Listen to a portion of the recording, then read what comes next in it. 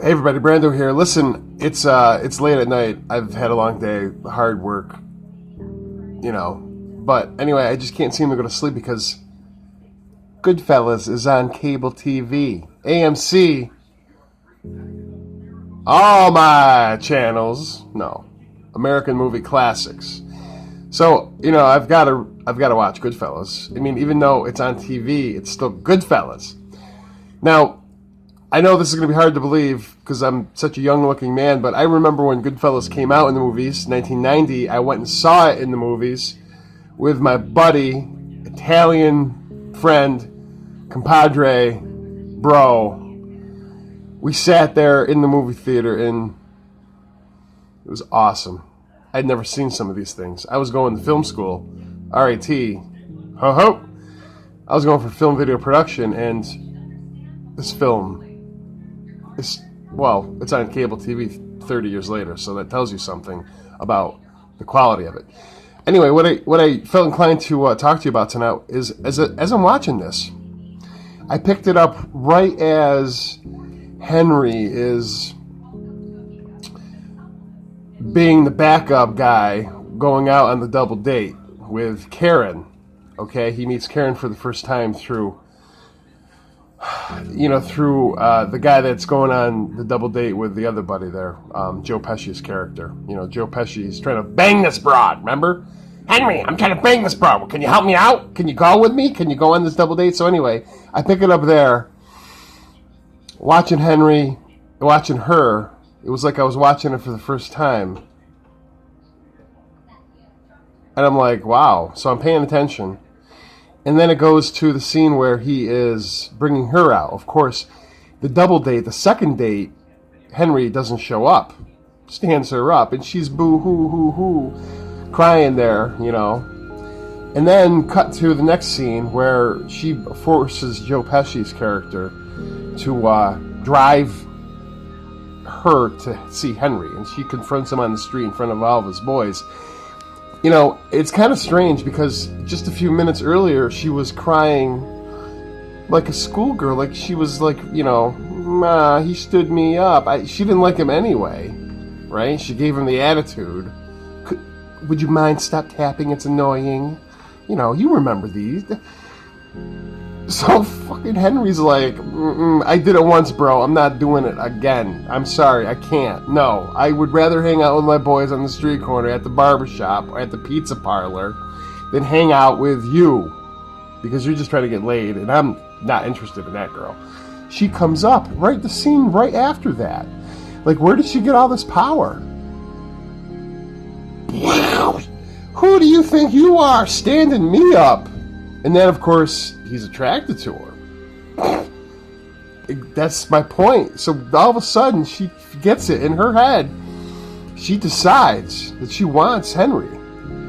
So she forces this, clown that, I forget his name, Joe Pesci's character in Goodfellas. I can't believe I can't remember it. She, forces him to take her around and find him. Of course, he knows exactly where he is. And of course, he wants to get laid, so he's gonna bring her directly from the restaurant to where Henry Hill is. So in that car ride, she must have changed. She must have grown a little bit, and realized she's interested in Henry and is going to show him what kind of woman she is. So she takes control. She's assertive. Who do you think you are? Confronts him. Everything works out because he is like, wow. I think the quote is, she was looking good in her eyes. It was like, Liz Taylor. Like, that's a pretty big compliment because, Liz Taylor commands. I mean, she's got it. Presence. Okay? So all of a sudden, he's interested.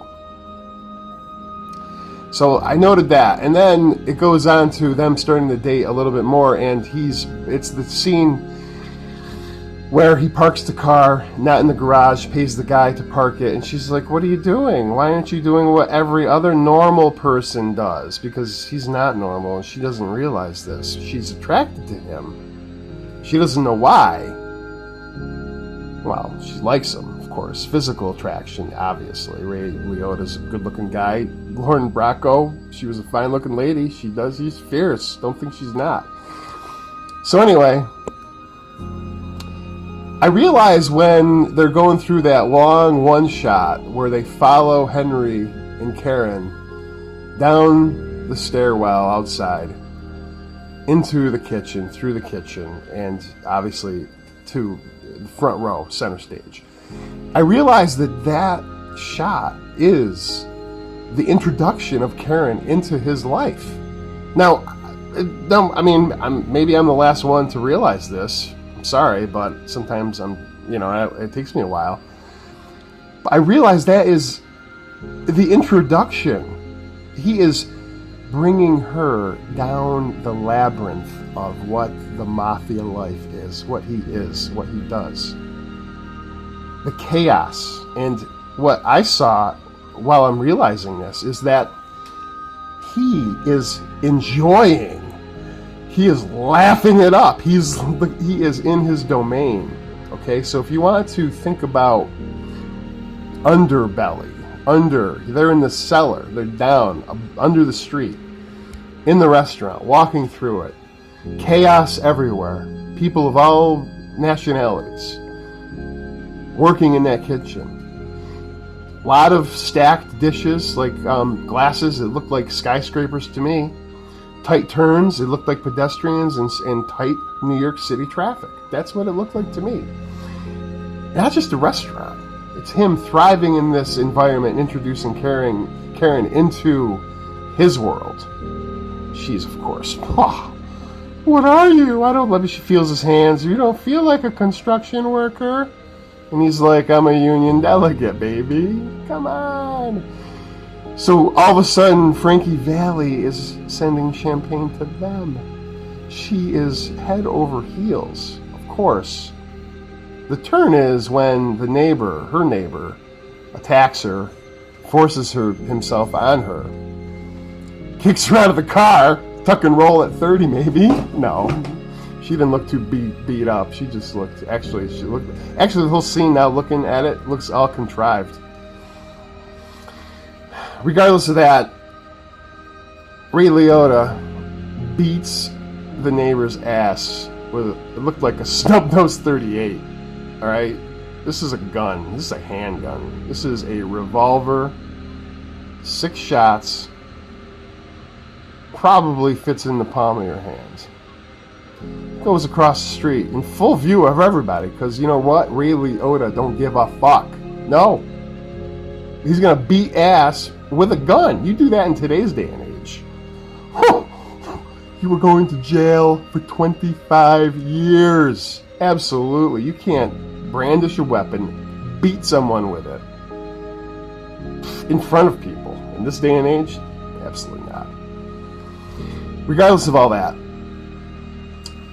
he marches back over and gives her the handgun. And as I'm looking at this outstretched hand of hers, accepting this bloody handgun, I realize, ding, ding, ding, this is number 2. This is the second thing that she is now attracted to. The gun becomes the lure that gets her to go in deeper with her feelings for this guy. I gotta admit, I was intrigued. A lot of my girlfriends, she says, if their boyfriends handed them a bloody pistol, they would run for the hills, but not her. She was attracted. She was interested. She thought that was that's the thing that sealed it. Now fast forward to that handgun. So you remember the handgun in her palm. Pa-pow! When she is straddling him, when he's banging the other girl, the backup girl, Karen Rossi, or whatever her name is, Janet Rossi, she's got that gun over him as he's sleeping on the bed. She is not that gun, the 38. This is a bigger gun. But what I'm trying to say is the gun becomes the tangible proof of the love.